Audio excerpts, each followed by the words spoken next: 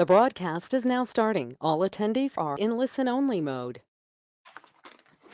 Well, good morning, ladies and gentlemen. Once again, welcome and thank you for being with us here on Friday, January 15th.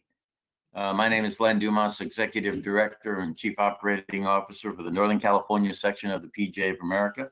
And our thanks to our colleagues and our production team, Tom Mattis, Executive Director and Chief Executive Officer of the Southern California PGA, Nikki Gatch, Assistant Executive Director and Chief Operating Officer, Jeff Johnson, Chief Financial Officer, Bryce Sievert, Tyler Mill, our production team, and also our section leaders, section president here in Northern California, Dee Moriarty, and in Southern California, Robin Shelton. Our thanks today to our speakers for joining us in the midst of another week of tremendous activity. CEO of the PGA of America, Seth Waugh. Seth, thank you for being with us today. Dr. David Hamer, Professor of Global Health and Medicine at Boston University. Greg Raleigh, we hope Greg will be able to join us soon in Waddell and Reed in Reno regarding the second round of the PPP program. And of course, Craig Kessler, Director of Government Affairs for the Southern California Golf Association, and Kevin Fitzgerald, Assistant Director of Government Affairs for the Southern California Golf Association. So we've got a lot to cover today, and let's get started. And I'd like to introduce our Northern California PGA President for some opening remarks, Dee Moriarty. Dee? No, thanks, Len. We've got a full slate today, so I just want to take the opportunity to say hello to everybody. Keep safe. Beth, thank you so much for being on the call. And let's do this. Let's hear some good news. Thank you. Thank you, Dee. And Tom? Yeah, good morning, everybody. And it's great to be here on another Friday. Robin Shelton, our president, will be joining us at the end of the broadcast today. So we look forward to that. And thanks again for everybody being here, Doctor and Seth, of course, and Craig and Greg Raleigh when he comes on. Things are well. I'm going to make a comment here that's it's only to mean that it can happen to anybody. I've probably been, as you know, as careful as anybody when it comes to COVID and wearing face coverings and paying attention. Well, I have it. And I picked it up. I have no idea where I picked it up. I feel fine. I feel very good. I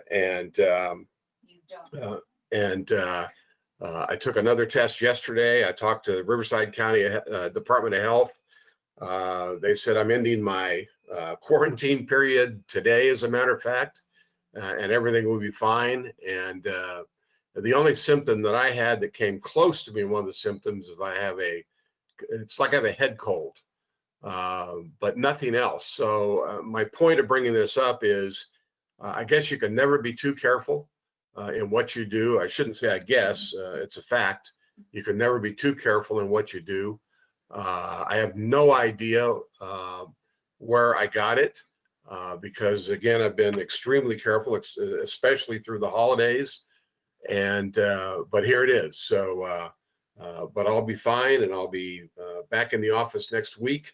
But I just want to everybody just please be careful out there and pay attention, because as careful as you are, it can happen. So again, be careful, and it's nice to be here. Len, thanks, and look forward to a great program.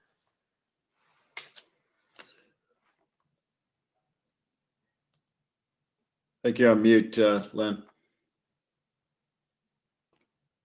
Len, you're muted still. Okay, thank you. Tom, thank you for that. And we're glad that you're at the end of this episode and have successfully emerged from it. So you know we're with you all the time. So, some news this morning, you know, from the AT&T, which is about 3 weeks away here in Northern California, that the AT&T will not have the Pro-Am. The Pro-Am will not be played. And also the courses, as you know, there are 3 courses involved. There will be no rounds at Monterey Peninsula Country Club, so it will be contested at Pebble Beach and at Spyglass Hill.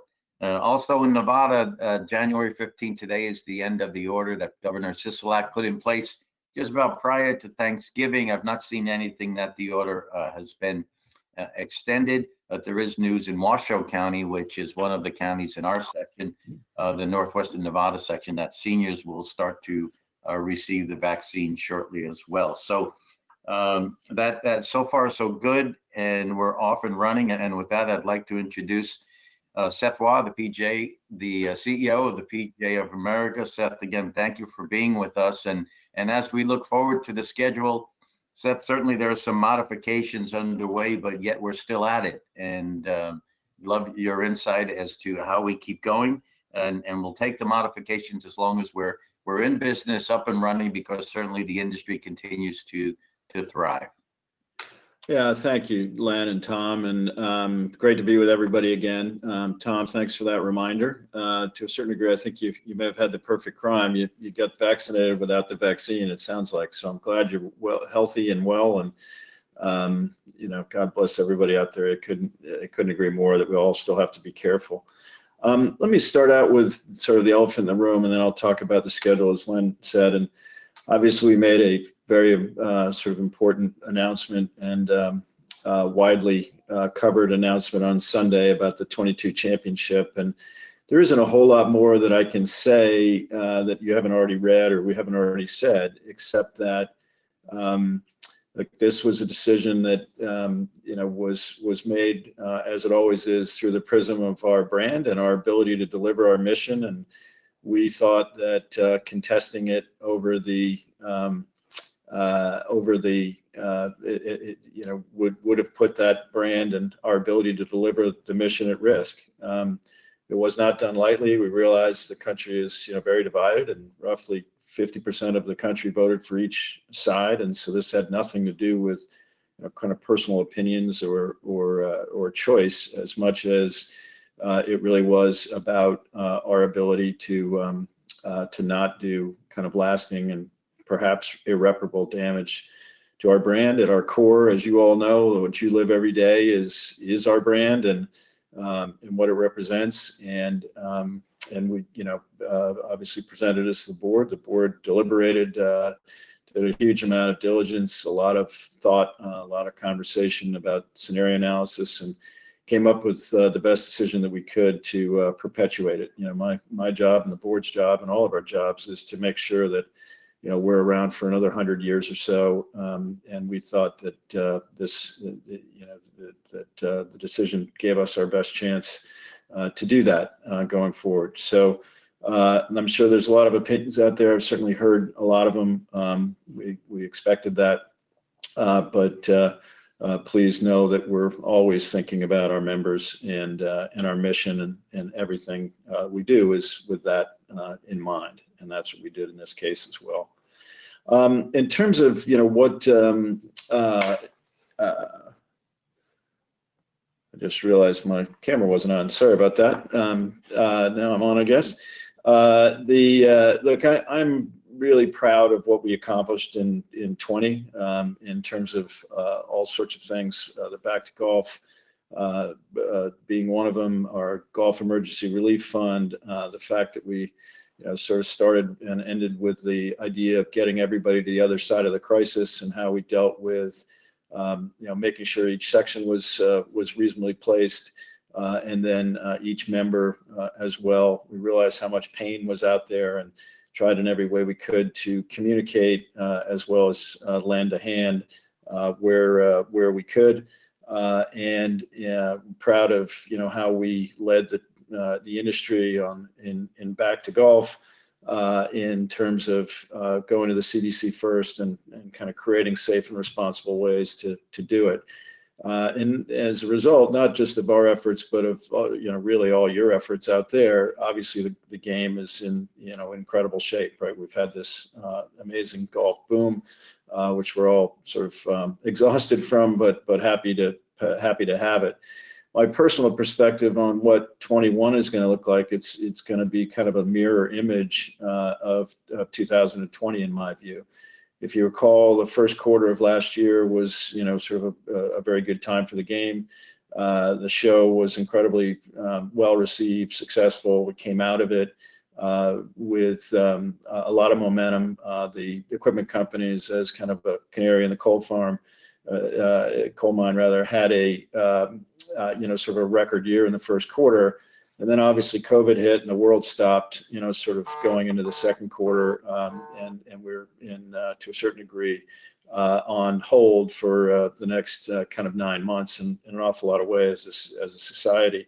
I feel like it's going to be a bit of that opposite. We've talked about it in the past, but science and actually Dr. Hamer can address this much better than I, but it's sort of a miracle of what they've delivered in such a short period of time in terms of first of all testing, second of all treatments, and now third of all prevention, right? And I think that combination of vaccines, herd immunity, and testing will allow, not exactly on April 1st, but sort of into the spring and summer, a return to a lot more activity in kind of every way. And so we all need, as Tom reminded us, we all sort of need to get to that point. Nobody wants to be the person that catches COVID the day before they could have gotten a vaccine. And so I think we all have to kind of run through the tape on this, but we should, it should be again, a sort of a mirror image of last year, where the second half of the year, maybe the second 2/3 of the year, is much more active. In terms of what do we see going forward, we're up in May for our championship. It's in Kiowa. We've sold out a week after Harding Park, and Harding Park certainly helped all that. It was great to be with you all for that, in spirit, if not necessarily in person for most of you. And the momentum we got off of that, we put tickets on sale the week afterwards and sold out, within a week. And so we don't expect, sadly, that we will be able to hold a full field event, a full fan event in May, but we absolutely expect to have significant fans. I think you'll begin to see more and more of them. Some of the Florida swings will have upwards of 5,000 to 10,000 or so people attending. We think golf can handle that over the 200 or 300 acres that these courses are on, and do it in a safe and responsible way. And we're going to sort of stretch as much as we possibly can to have people attend in a safe and responsible way. We don't know that number yet, but we expect to have significant fans there. And Kiowa is a location where it will look pretty full, even with a lesser amount of fans. So we're excited about that. Hopefully Dr. Hamer won't dash my hopes on that. We're on the Ryder Cup, which is in September. We're very much hoping to have a full fan Ryder Cup. I think the one risk to that is, well, lots of risks, but one of the risks there is certainly the international component, not so much the players as fans. And if borders are still a challenge, that may quell some of the ability to get European fans there, but hopefully that will continue to go. So we're hopeful in all of our championships, the women's championship in Atlanta, and the senior as well, that we're going to have kind of a really full schedule of everything that we're trying to do. I just came back yesterday, actually, from Frisco. You'll all be happy to know that that is very much on track. We haven't missed a moment in terms of our delivering on that. The golf courses are grassed and looks as though you could play them tomorrow if you wanted to. Obviously, we're going to let them continue to grow and really won't open until 22. Our building is coming out of the ground. You can see the footprint of it. The steel is starting to go up, so it's getting very real. And I came away with a conclusion that the reality is going to be even better than the dream. The community could not be more excited. Our partners are thrilled. The town continues to boom, and they've bet on our brand, and it's paying off. I referred to the golf boom before. Obviously, you all are living it every day. This COVID has been a gift to us in that way.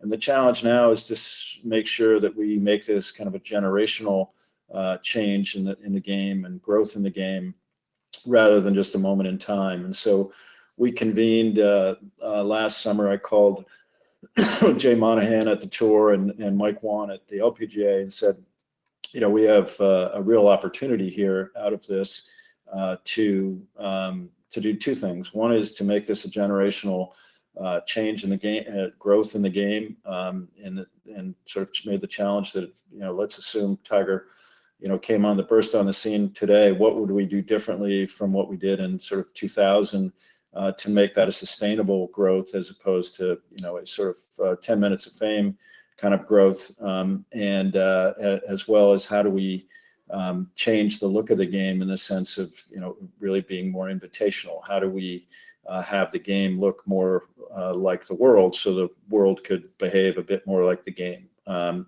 so those dual challenges, we convened a number of the golf bodies, as well as a number of the manufacturers and others in the business, media as well. And we've created 6 working groups that are working on how do you invite people to the game? What are we doing in player development? What are we doing on in terms of D&I across various verticals in the game as well? And so excited about that. Those groups have been meeting constantly. We just did an update at the beginning on Monday on that, and we have a lot of momentum, and it's industry wide, just not just us. And so that's one of the other exciting things I'd talk about before I hand it off to Dr. Hamer, and that is that our voice in the game has never been sort of better heard. I always have felt that we should have the most balanced and informed and credible voice in the game, because we touch it at every level. Whereas everyone else has a lane in the swimming pool, we kind of have the whole pool, and therefore, you know, our opinion on a variety of things and our viewpoint is the most informed because of all of you out there, you know, doing what you're doing every day. And so we're not in an arrogant way, but sort of trying to use that voice in the right way to do what we've always tried to do, which is, you know, really fulfill our mission, make 29,000 lives better, so we can make millions of lives better through the game, and grow it so that everybody benefits. And we're trying to think about that in every way we can. The last thing I'd say, and then I'll hand it off to Dr. Hamer, is you know, that we've talked in the past about the deferred comp plan. It is still very much in play. It's been in front of the IRS for a number of months now. We're hopeful that it will make its way through. I would have thought we would have known by now, but it's like a lot of things, it's been delayed as a result of COVID. There's no bad news to that. We're not nervous about it not making its way through. We're still very, you know, optimistic that we'll be able to do something. We'll hear good news this year, and hopefully be able to put it in place in the not too distant future. So to your original question, Len and Tom, you know, we're very much alive and well. We had despite all the challenges, I think we had a really good year in 2020. Our brand has never been better. The game has never been in better shape. And we're lucky to be in an industry that's been able to, you know, stay open, and not only stay open, but be a refuge for so many. And so we're going to continue to leverage upon that.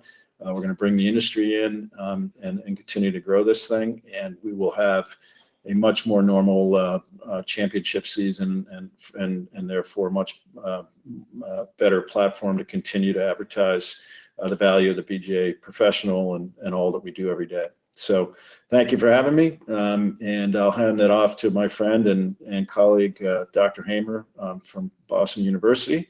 He has been invaluable to us, along with his partner, Dr. Connor, who we brought in at the beginning of the crisis to advise us through all these things. Obviously, none of us are health experts. Dr. Hamer is one of the leading infectious disease minds and on the planet, and he's also a wonderful guy who has been is a passionate golfer as well, who has understood from the beginning the challenges, but also the benefits of our game and how we could safely and responsibly, have it be, a solution rather than a problem as we go through COVID. So with that, I'll hand it off. David, thank you for being with us. Okay, my pleasure. Thank you, Seth. So, this last year was a tough year in many ways, and for many people. The impact of the pandemic has hit individuals, families, and businesses, and really greatly interfered with our activities.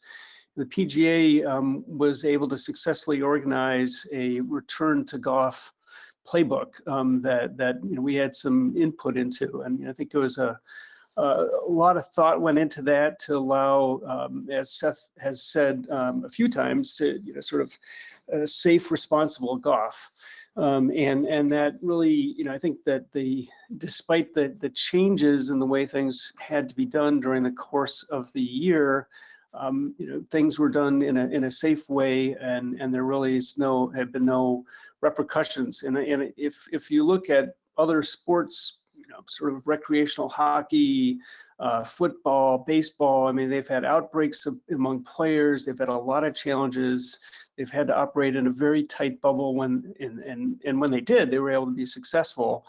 Golf is easier in a way because it's really lower risk. It's all outdoors. You can socially distance once you're out on the course, and so it really has an advantage. And it's exciting to hear that there's been a surge in interest in golfing this last year. We have, I think, a couple tough months ahead. Right now, the pandemic of COVID-19 is really surging. We're in a third wave for some parts of the country, second wave for other parts. But in any case, I think that the levels of transmission of the virus in many communities are higher than they were in the spring when we thought things were really bad. And I think that there's some evidence that there was a post-Christmas, Hanukkah, New Year's bump in cases, and that has exacerbated things. In addition to that, there is the new variants. There are the new variants, one in the United Kingdom, another in South Africa, and now a more recently identified one in Brazil that are really sort of the virus gradually mutates, and these mutations appear to make it more easily transmissible. They have not made it more severe, thankfully. It's already a bad enough disease for some people. But it is more readily transmitted, which means we need to continue to keep up our guard in terms of safety measures, mask use in public places, social distancing, attention to hygiene, and really attempts to decongest public places until things start to quiet down. And I think that this last year has been amazing in terms of the speed with which we've gone from identifying a novel pathogen, a novel virus, completely sequencing it, developing diagnostics. Admittedly, there were some initial bumps in the road in terms of getting enough testing out, but now many parts of the US and the world have much better access to testing.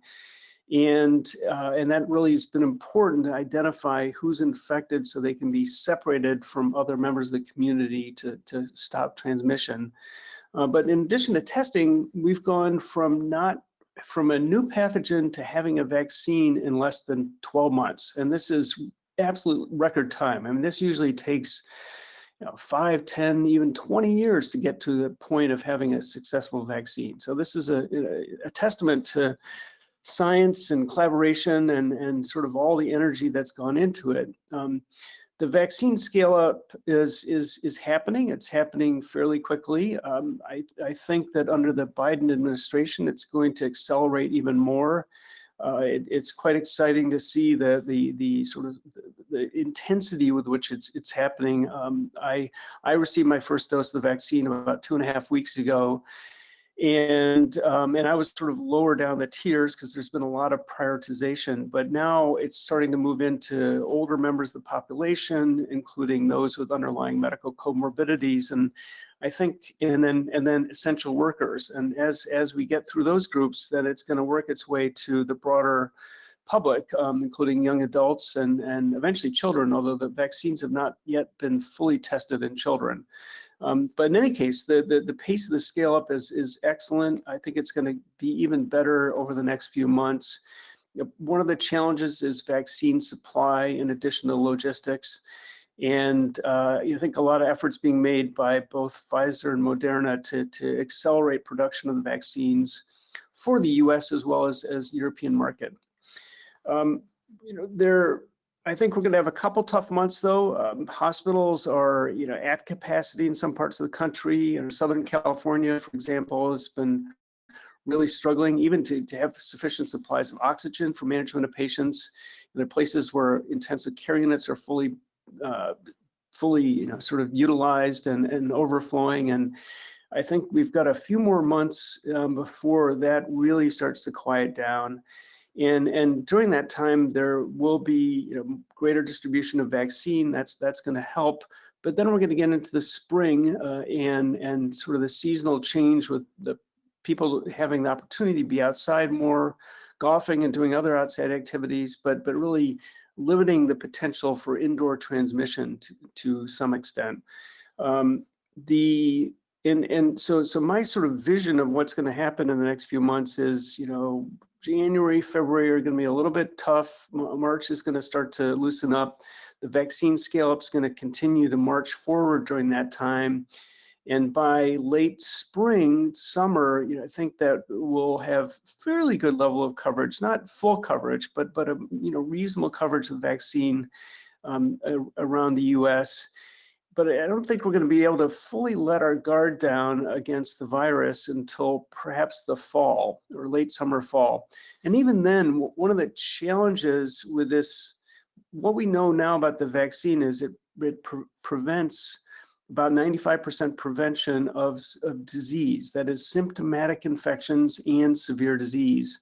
We do not know whether it prevents somebody from becoming infected, shedding virus, and being completely asymptomatic. But if it does not do that, that means people could have the vaccine, still become infected, and potentially infect others. And that means we still need to use mask use, social distancing, frequent testing. I think over the next few months, we'll have a better feel for that. And if it does prevent shedding and asymptomatic transmission, that would be fantastic. Then we'd have a real game changer. But in any case, I think that we're going to have to continue, safety measures for some time to come. I do want to say one other thing, and that is, well, maybe two other things. One is travel. I think travel, especially air travel, has been somewhat risky.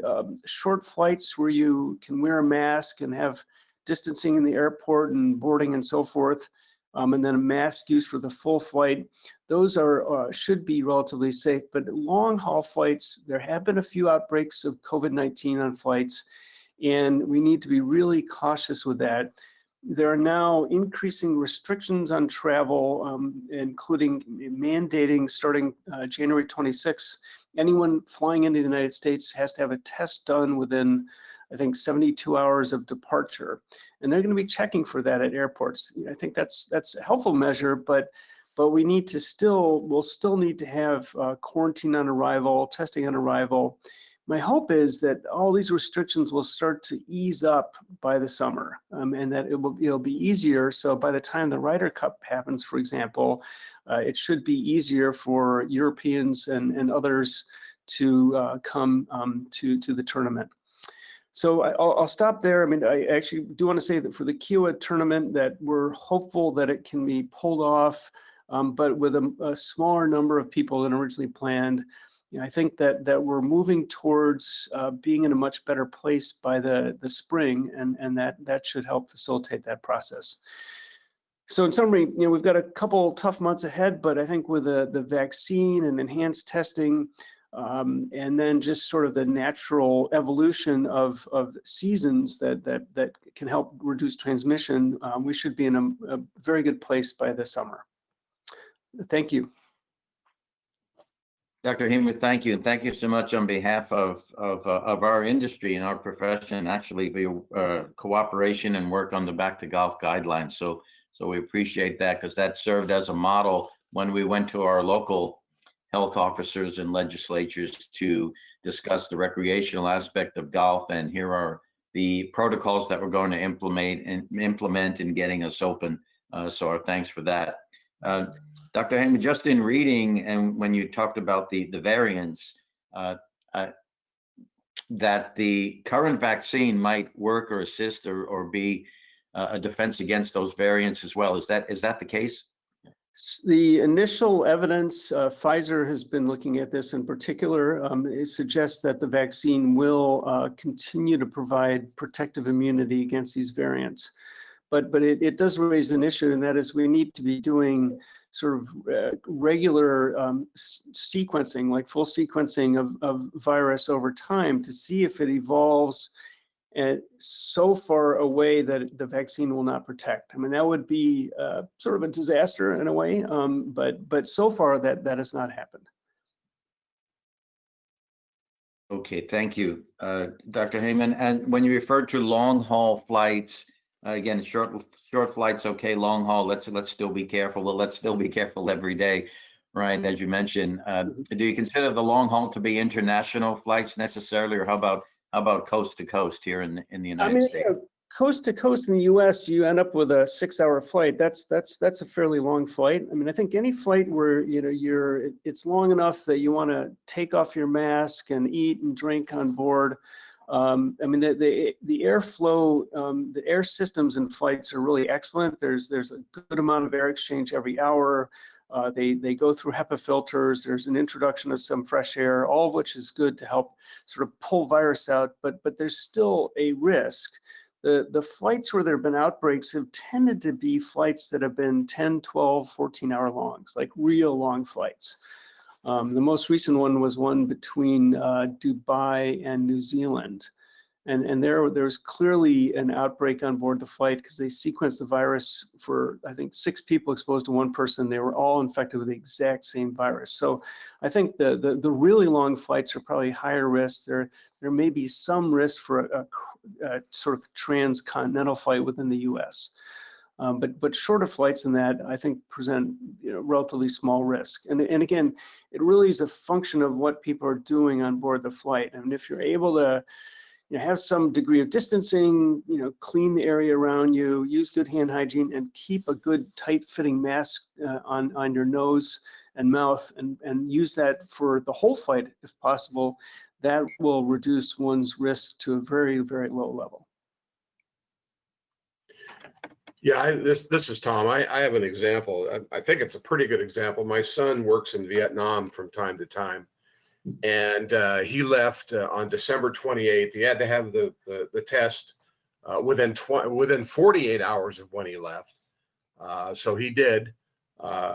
Took all the precautions on the airplane, and when he got to Vietnam, before they let anybody out of the airport, everyone on that flight had to wear hazmat suits when they were in the airport, left the airport. They transported him to a hotel, still in the hazmat suit, and he had to do a 10-day quarantine in that hotel before he could leave and go to work. So, pretty interesting and amazing that, as you say, what's going on around the world and some of the differences. Only 15 people able to. Yeah, no, there's some major differences in the strategies that have been used, and I think several countries in Southeast Asia, Taiwan, Singapore, Hong Kong, Vietnam have been very intense with their measures, but they've succeeded. I mean, they really kept transmission, both imported transmission, but also local transmission down to very low levels. And actually, South Korea has done very well as well. Yeah, for sure. Dr. Heyman, as you mentioned that the production ramping up with Pfizer and Moderna late spring, early summer, are those the numbers? Are those such as President-elect Biden's, Operation Warp Speed, a million vaccinations a day. Is that realistic? Are we headed to that, to those levels? I mean, I think 1 million a day is quite ambitious, but I think it's important to set an ambitious target. And if you don't make it, you still are going to be pushing everybody to try and move the vaccine and deliver it as quickly as possible. And I think that might be somewhat of an unrealistic target, but better to set a target that's high and really end up with a great degree of distribution. I mean, the vaccine rollout initially has been a little bit challenging. My hope is that there's going to be more central guidance from the federal government. I mean, thus far it's been sort of like the state gets an allocation, the state has to figure out how to deal with it, and then so each state has had to really scramble over the last couple of weeks to get things set up. And to begin distribution, and then they may turn it over to organizations. A lot of times it was turned over to hospitals. Well, hospitals were pretty well prepared to do mass vaccination, but when it starts to get to the community and universities, they do need help in doing that. The universities, we've actually scaled it up and have set up a vaccine preparedness group just 10 days ago. When we heard we might get vaccine, we had our first vaccine clinic today, and it took a massive amount of work, but it's gone really smoothly. So I think 1 million a day is pretty ambitious, but if we get anywhere near that, it's going to be a great success, and it's going to really help accelerate the process of getting people immunized against this virus. And I have to say that Tom, I'm glad to hear that you're doing well. Because this can be a really tough disease. I mean, some people have mild illness or even no symptoms, but others can have a lot of complications and persistent symptoms after recovery. Yeah, thanks, Doc. And I'm one of the aged citizens as well, so even more so. Thanks. Dr. Hamer, did the holiday surge, as you mentioned, Hanukkah, Christmas, New Year's, did it hit the projections? Did we come out a little bit below? Did we come out close to the projections, or even a little higher than those threats, if you will? Yeah, that's tough. I mean, I haven't really seen clear data to show the impact. I think I've seen it in different states, but not globally across the U.S. So it's hard to answer that. I think, I mean, at some of the data sets that I've seen, it was a little bit worse than anticipated, and others it was a little bit better. So I think it's probably going to come out sort of a mixed picture. And it's also just I mean, an additional comment that it's a little difficult to decipher, because there was a steady rise, from October through December. And then you've got sort of a surge on top of that. So there's some noise in the data that makes it hard to tease out how much was an effect of, say, Christmas and New Year's as opposed to just the continued rise upwards. So, Doctor, thank you. You mentioned that we do have a couple of months ahead, and again, let's do everything we can on our daily basis, which is our personal hygiene, wash our hands, wear our masks, and keep our social distancing. So, Doctor, I know your time is very valuable, and appreciate you spending it with us and being part of our industry, keeping us going. So thank you so much for my pleasure this morning.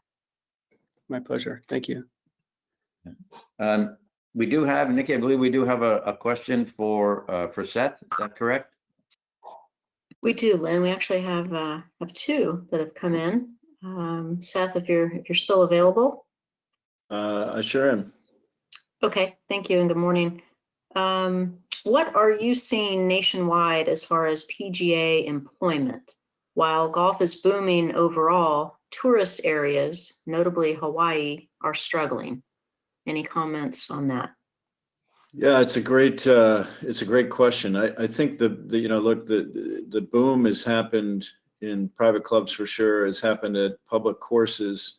It hasn't necessarily happened in resorts for all the reasons that people aren't traveling as much, and or staying in hotels. You know, I've traveled a little bit and traveled this week, as I said, to Frisco, and you know, I feel so badly for the hotels that are struggling. They're, you know, I think we were first hotel I was in. I may have been one of 3 or 4 guests in a 20-story hotel. So it's grim in certain places for sure.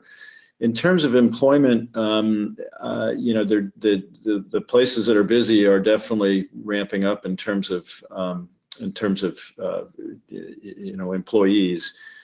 We don't have any great stats yet because there's a little bit of a lag on, you know, how many of those are PGA members. So I think you need to stay tuned on that. But there's no question that I think the courses at first kind of, you know, was do more with either less or the same amount, and that has changed where there's no question that we've seen hiring. Hopefully, you know, that's been well represented by the PGA members, and we'll come back when we have better stats on that. But it's not universal, as we know. Certain areas are more restrictive on golf. Some are fully open, and so it's a mixed bag. We're not tone deaf to the fact that that there's still a lot of pain out there. And as Dr. Hamer said, the next 2 months are probably going to be the worst part of this, A, because we're all so ready for it to be over with, and B, because the new strains and the ramp up. And so, yeah, we're very attuned to where there are problems and how we can be helpful. We've had lots of conversations, you know, in the Aloha section about how we could be helpful. And we'll continue to do that. So, you know, good luck out there. I know Hawaii has been one of the more restrictive states, obviously in the union, and that certainly has ramifications. Hopefully it's good news from a health perspective, but it isn't necessarily great news from the health of certain industries, right? Including our own. Right. One more question, Seth, if you don't mind. This is shifting gears back to the PGA Championship. The question is, I've seen some talk about legal action in regards to moving the PGA Championship. Are there out clauses we can rely on? Yeah, so we have a, you know, I got to be careful about talking too much legalese, but we feel, given our contract, that we were well within our rights to move it, given that we have clauses about our brand being damaged. And that's what we believe was at risk. And you know, the other side will certainly have a different opinion, and we certainly expect that we will end up in legal discussions. And you know, that's unfortunate. We certainly have tried to keep it, you know, friendly, and in all my conversations we've tried to do so, but it'd be naive to think that we probably won't get into some sort of tussle over this, but we feel very good about our position. You know, it's a sad thing to have to do, something I never thought we'd have to do for sure, but we, you know, not relied on excellent outside counsel as well as our own to come to the determination that, as the release I believe said, that we were within our rights to exercise our rights to terminate. Okay, thank you. Lynn, those are all the questions that we've had submitted so far. Thank you. Okay, thank you, Nikki. And Seth, thank you again. You know, you've been with us throughout since we got started. So on behalf of our sections, both of our sections and all of our industry professionals and partners, you know, we thank you for being with us and taking your time with everything that's going on to share with us this morning, and hope you can stay for the rest of our program today. I'm happy to, and I'm flattered to be asked, and I sometimes get asked to speak once, but rarely, you know, multiple times, Len and Tom, so I'm flattered. Thanks. Thank you, Seth. We're in this together. Yeah. Okay, I'd like to bring up Greg Raleigh. Greg is a section member here in Northern California PGA, is a financial advisor with Waller and Reed in Reno. And I also want to thank Brian Seal, Brian, for passing along that, in fact, the Nevada order has been extended 30 days. So thank you, Brian, for that update. And Greg, thanks for being with us. I know you came out of a board meeting to spend a few minutes with us and update us on round 2 of what's happening with the payroll protection program. So Greg, good morning.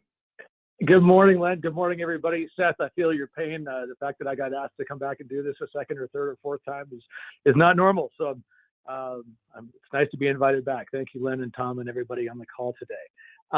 Let's see, since last week, a lot has transpired on the PPP plan, specifically on the website.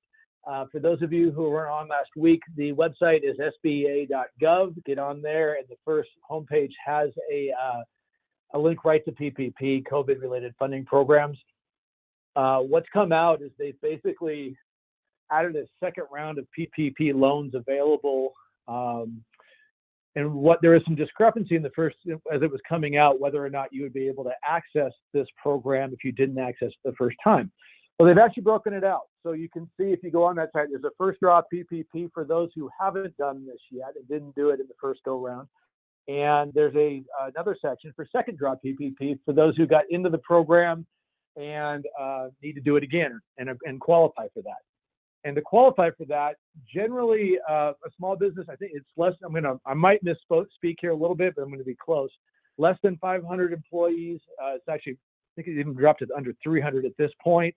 The forgivable aspect of it is about 2.5 times monthly payroll. So if you take a loan for about 2.5 times your monthly payroll, that portion of it is forgivable. To qualify for it, you need to have one down quarter between 2019 and 2020. So this is where we talked about last week. If you had like most golf pros, like second quarter of last year was a really tough couple of quarters for you. And then most golf pros I know by the end of quarter 2 and well into quarter 3 were printing money. Well, good news is you still get to qualify for this program if you were down more than 25% in either or both of those quarter 1 and quarter 2. So I would jump on that. They've also added some businesses that do qualify for this plan. As I was reading the bill, it was coming across as 501c6s, but on the site now, it's actually added 501c3s. So there's some discrepancy between the bill itself and the program. So my advice to everyone that has a nonprofit organization is connect with your banker. And if you do not have one, there's actually a program on the site that says connecting to an affiliated bank, where they had actually a term for how to SBA lender match. You'll see that term in a link, so you can connect there if you don't know where to go to start applying for this. This is actually on top of there's all this forgiveness is also on top of the fact that if you want to add more and you need more financing, this is actually a loan program. So if you need, I think it's up to $2 million based on what your revenue and some of the qualifications, you can get a 1% loan or a loan at 1% up to about $2 million on that, depending on the size of your business. So just know that you don't have to just do the forgivable aspect of this program. There are more dollars there at a pretty affordable rate and very, very low strings attached to that money. I think that without just going, really just kind of running on here, Len, I think that pretty much covers the who, what, when, whys, and hows of this program. And I know you're talking to your banker a little bit, Len. Am I missing anything there in terms of, what you guys were expecting to hear from me? No, I don't think so, Greg. This is tremendous, and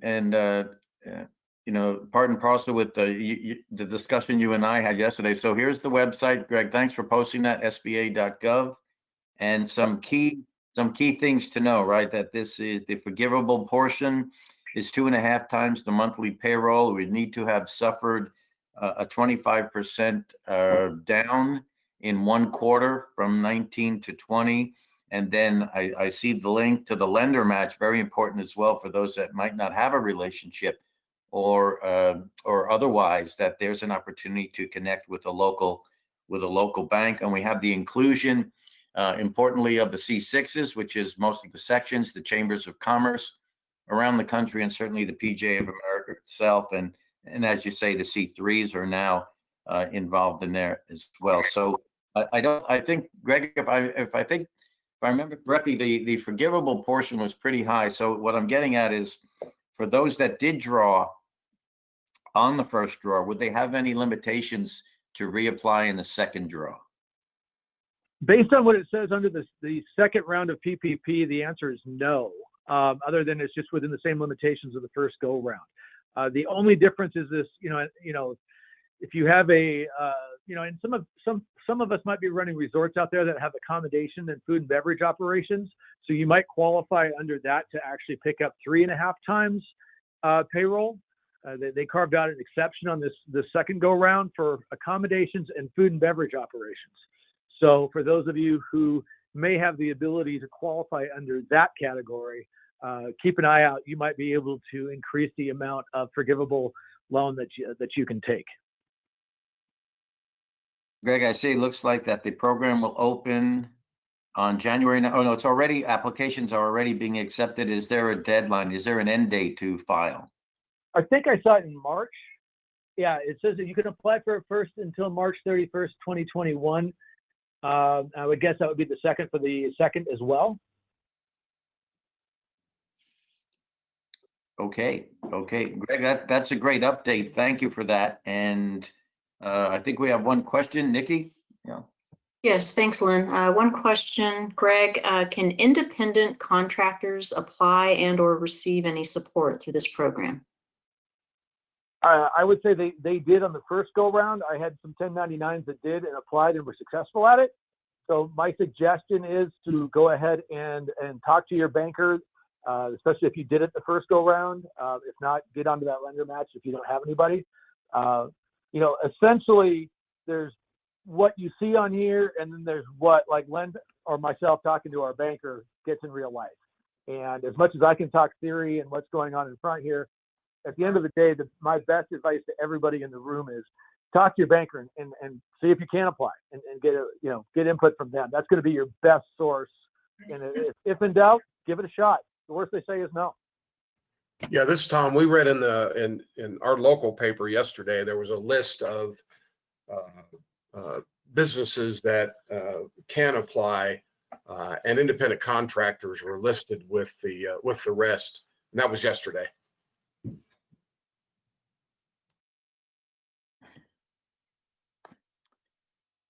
Okay, thank you, Greg. That's all the questions, Lynn.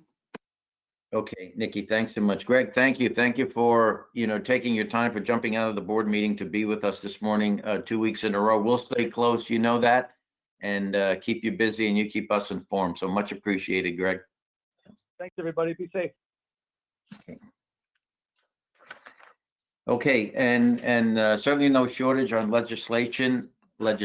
And now that particularly our California legislature is back in session, we did have a legislative committee call for CAG this morning, the California Alliance for Golf. And so with that, I'll turn it right over to Craig Kessler, Director of Government Affairs for the Southern California Golf Association. Craig, thanks again for being with us. You've been with us every week as we approach actually the end of a year cycle. So Craig, it's all yours. Well, good morning, Lynn, Tom, members of both sections, and including Northern Nevada. I guess I should be really flattered because I have not been on every week, but almost every week, and keep getting invited back. What I think I'd like to do to close out today's chat is just give a snapshot of where we stand in the state of California in terms of the health orders as they relate to golf. On December 2nd, Governor Newsom announced his regional stay-at-home order, and for the first time, it was a statewide program that obviated some of the control that he gave over most of the year on a county-by-county basis, of which there are 58 in California. Four of the five regions carried most of the population. The one called Northern California literally was the northernmost part of the state where virtually no population is.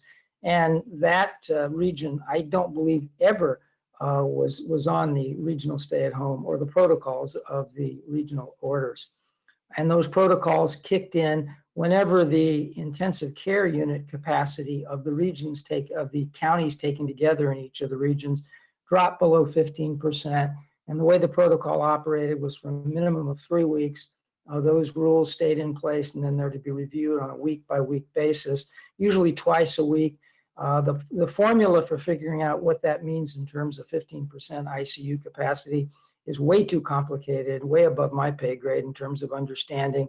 But suffice it to say that one of the regions, the Sacramento, Placer County, and surrounding areas, has been taken off the regional stay-at-home, and that's a very positive sign, meaning their ICU capacity for a period of time projected forward is above the 15% threshold, and that's good news. I think the Bay Area counties the Bay Area region is doing much, much better. At least there's some capacity. Things are still pretty dire in the 11 counties that form Region 5, which is the southernmost part of the region. And as you heard on this call, and I'm speaking from Los Angeles County, our ICU capacity is still at 0%. And looks like it'll stay at 0% for a number of weeks. So we'll remain on that regional stay-at-home order. And what that means for golf is, by and large, that the kind of recreational golf that we've been playing almost since the end of April of last year remains intact. And that's roughly individuals in groups of 4 playing on prior reservations, whether a private club or a public golf course, no less than 10 minutes apart. That's been the standard, with the exception of San Francisco County, which is still, or at least as of a week ago, we're hewing to twosomes, groups of 2. And keep in mind that each individual county is permitted, not only permitted, but often encouraged to overlay in more regulations. They cannot fall below the standards in the governor's regional stay-at-home protocols, but they can exceed them. Now, those of you who read the headlines as carefully as I do know that there's a lot of discussion in Los Angeles County, and there has been for 2 weeks, about exceeding them yet again. All of that discussion has been about outdoor gyms and indoor retail. There's been nothing about outdoor recreation thus far. And one of the reasons I think it's been discussed for 2 weeks, but nothing's really happened, 2 reasons. I think a little bit of the political reluctance at this point to apply further regulation. There's a lot of public blowback.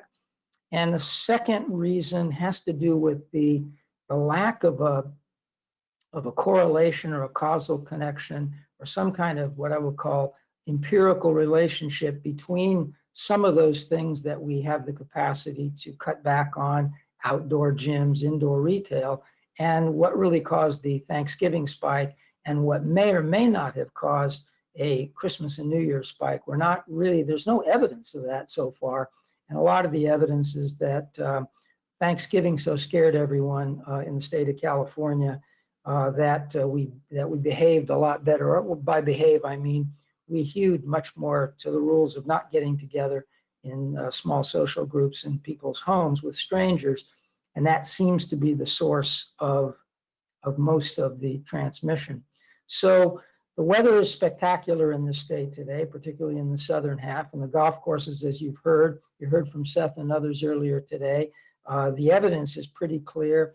Whether you read the evidence from the National Golf Foundation, or if you're a skeptic like I am and like to read Pellucid's analyses, they're considered the pessimists in the business. Both are indicating the same thing, that boom that we saw was not artificial. It's real. And that's the good news. There's good news in a pandemic. That's really in bad taste. I hope everyone understood what I meant by that. I know that there's commitment, from all quarters in golf to seeing as 2021 unfolds, and as other recreational activities that are right now prescribed come back online and create competition for golf.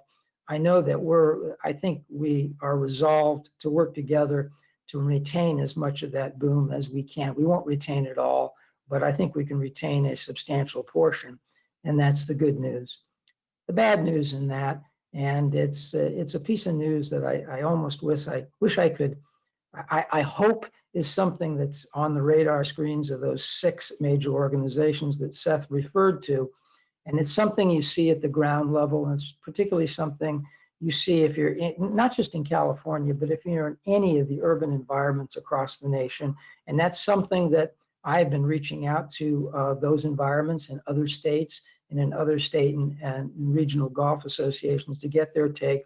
And what we're discovering is that yes, we have a boom, and that one of the but we're also coming off an era in which there was so much hammering on the game's decline, particularly in national media, that a lot of things are in place to either close golf courses or repurpose them. And the closures and the repurposings tend to happen in the public sector, which is precisely the sector that's slammed right now. It's the sector that on a national basis amounts to about 1 out of 5 golf courses. It's the sector where more than 40% of golf is played.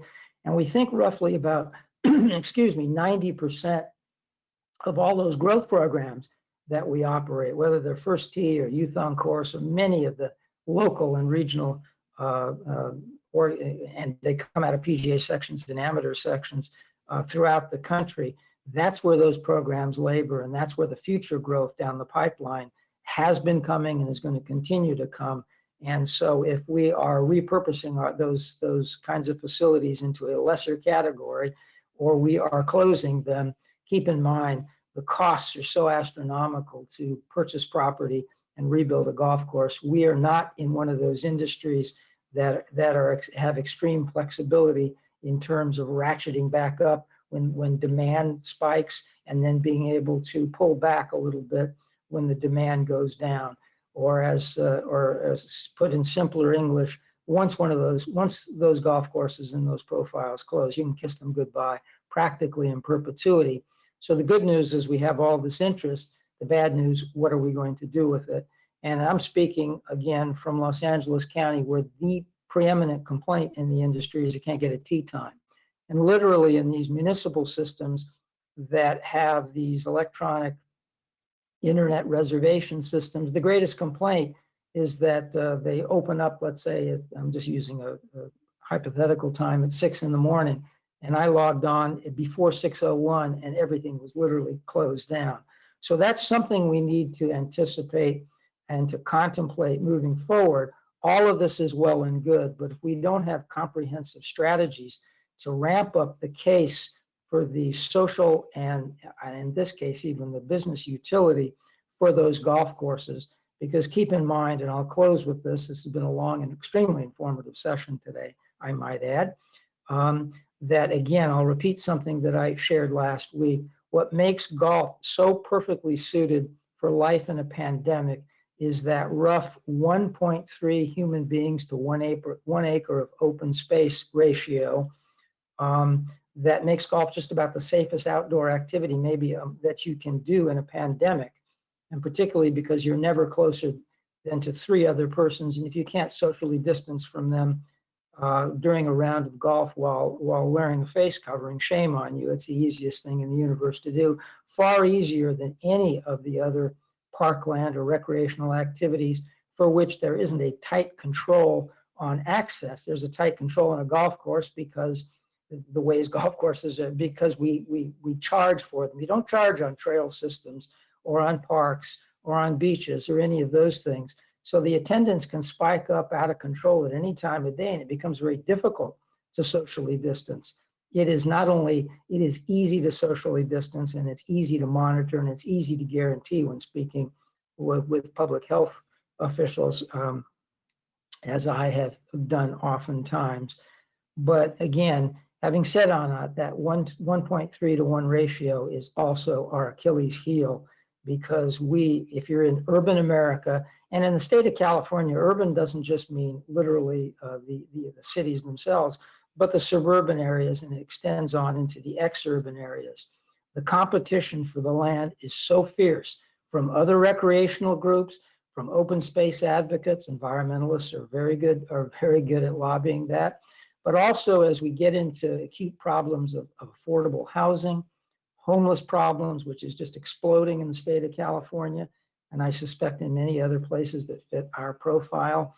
The pressure literally to continue to make the case for lending that much property, particularly when that property is publicly owned. But even when it's privately owned, there is a difficult problem, because as most of you who listen to these broadcasts know, there are a number of things built into California law that give certain tax advantages to golf courses on the theory that they provide green space and open space. Well, those theories still hold, and no one can take your private property away if you without due process of law. That's true, as opposed to a public park, which can be repurposed into something. But all of those kinds of things, which are extremely important to the business ecosystem of golf, come into jeopardy. And so that becomes a cascade of problems. And again, as somebody who's one of two persons whose full-time job, the other one's listening in on the broadcast, that's Kevin Fitzgerald, to lobby on behalf of the golf industry in this largest state of 40 million souls and a $13 billion golf industry. Again, I'll simply close that only if you're in my position and you see what you see every day, read what you read every day, hear what you hear every day, interact with public officials that you interact with every day, talk to other sectors, talk to other business communities, and have to deal incessantly with the various groups that very much covet our property and are attacking our very credibility to continue to command it, then you would understand a little bit better the nature of that problem.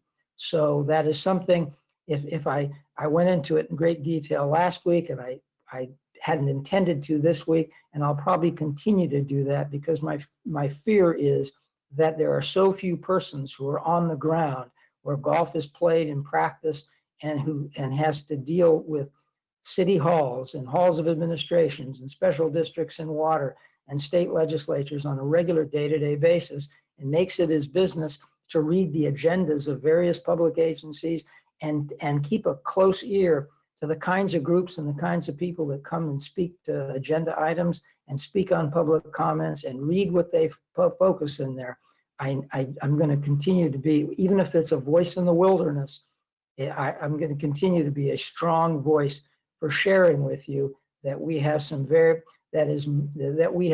we're in very real danger of not really having the capacity, literally the physical capacity, to meet the demand that has fallen into our laps, totally unanticipated. 1 year ago, we would have never dreamed we were in this position for a variety of reasons, but we are, and there's a lot of aspects to that we need to take care of moving forward.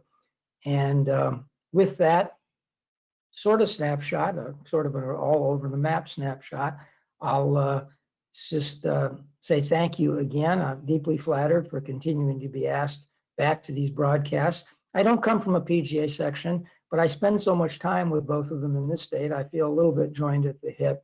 I do come out of the Amateur Golf Association world, and we too feel that we're on the ground and represent the entire game. I mean, in this state, there are about 360,000 members of the two major amateur associations, and it constitutes roughly 1,000 golf courses in the state of California. So, Len, Tom, Nikki, what confusion have I raised that I'm going to try to allay or stall off before we go off the air? Well, Craig, thank you for being that voice, yourself and Kevin. And we'll sort through this morning's confusion. But before we do that, I think it's worthwhile, Craig, if you wouldn't mind, to let's jump back to what we discussed this morning before our call with our CAG Legislative Committee, which is AB5, which we now know is 2257. Seems as though we've got one piece left in the business-to-business personal services exemption, and then seems to be some good news on the caddy front now that given the recent changes, and a little bit about your call this afternoon with the Evans Scholarship Program delegates, if you don't mind. Okay, so and I've spoken to this incessantly and written it and shared it with so many persons in the state, but just in a quick review, we did extremely well on the independent contractor front in the 2020 legislative session. a little unexpectedly because with COVID-19, the legislature was a mess last year. So in terms of the business-to-business professional services exception, which is under which the PGA professionals in the state would come, there's a 12-pronged test, and we cleared out most of the confusion and the problematic language out of 11 of those prongs. There's still one of them. It's number 2 for those of you who have a copy of it. That is, the language is opaque and confusing, but it's a bit problematic. And I think that's our number 1 legislative goal, is to fix that. And we're in excellent position to do that because we are talking about minor tweaking as opposed to major changes. And that puts us well ahead of a number of other industries. But also coming out of 2257, and this goes in the direction of the rest of your question, an exemption for youth sports coaches, which applies to a whole category of coaching that is really important to the junior programs in the state, was created for independent contracting. And then sort of unexpectedly, through a third-party protocol, there became we secured a pathway towards the continuation of caddying, which is at this point has been mostly at some private clubs and maybe a few resorts. Pebble Beach Company is the most notable there, and that pathway. But taking all those things taken together has sort of piqued our excitement about being able to make a few other changes in California law, much like Oregon did a few years ago, so that we could finally avail ourselves maybe of a more massive youth caddy program, those under the age of 18, minors, and then allow our kids and our schools to avail themselves of that great Western Golf Association Evans Scholarship Program, which I'm going to assume, well, maybe not everyone on this call is familiar with, but certainly in other states, and it would be a great boon. It'll also, and I think, Len, this is what you're getting at, allow perhaps all of you to see advocacy as something considerably more than simply reacting to evil things that somebody files in a legislative session, and to use the organs that we've created in the state and painstakingly created over the years to create a genuinely effective statewide alliance to change the laws in favor of something which doesn't go to the traditional tax and land use and independent contracting and labor issues, but is something which is very specifically suited, I think, to the long-term health of the golf industry. And I think it will also put us probably in partnership or league with certain organizations and communities in the state that will do what we always talk about of wanting to do, which is sort of reposition the game as something which is good for communities right there where people live, work, and play. I hope I answered your question, if that's what you were looking for. And yes, I have a call later this afternoon because the Evans Scholar programs in the WGA has been reading some of the stuff that we put out. They too are encouraged. And so we're going to open up a conversation and see if we can work together to restore youth caddying and bring back a component of the game that I think we all know that is related as we talk about diversity and inclusion. You know, the caddy programs, the caddy yards did that once upon a time in golf, and it stopped doing it. It stopped doing it, and particularly stopped doing it in the state of California, where a whole host of rules and regulations simply made it impossible to pursue. Yeah, Craig, that was great. Thank you. I mean, it has been to a large extent positive news on this front for the past few months, and now that the legislature is back in session, and we also heed the words of our lobbyist Tony Rice this morning, and Tony said, you know, certainly things are moving, but they're not going to happen too quickly given the priorities with COVID. So Craig, thank you. Ladies and gentlemen, it's been, as Craig mentioned, just a tremendous session today. So we'll start to wind down, and I'd like to toss it to my colleague, Mr. Tom Addis. Tom?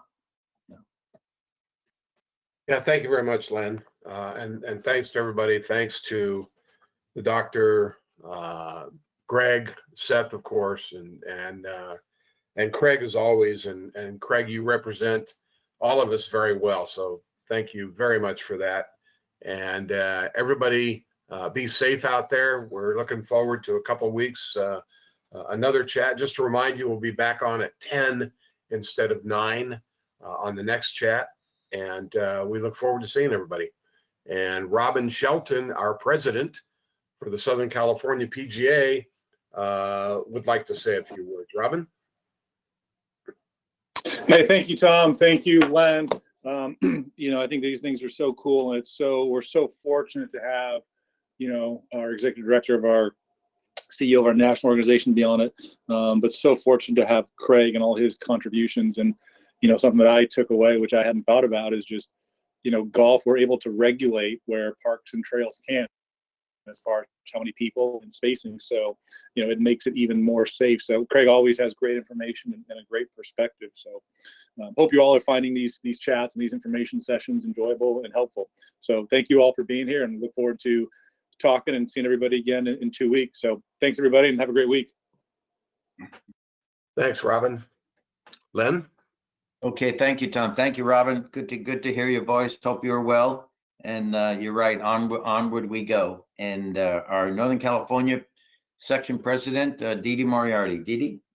No, thanks, Len. Well, first of all, Tom, I'm just thank you for sharing your experience, and I'm so grateful that you're doing well. So we'll keep you in our prayers for even a more speedy recovery. So thank you.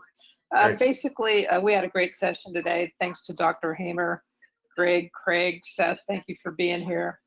And just looking forward to a brighter future. And just keep safe, everybody. Keep doing what we're doing.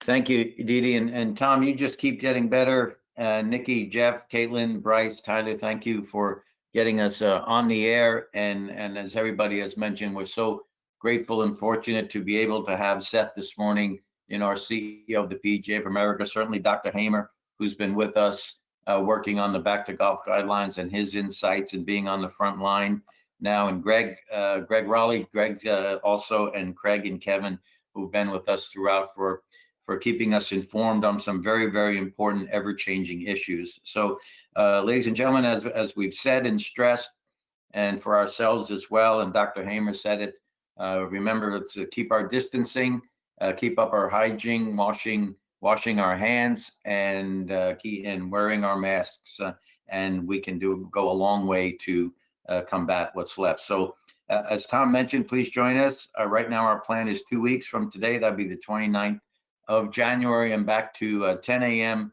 start. Enjoy the weekend. Please be safe. Thank you for being with us, and we'll see you in 2 weeks. Thanks, everyone.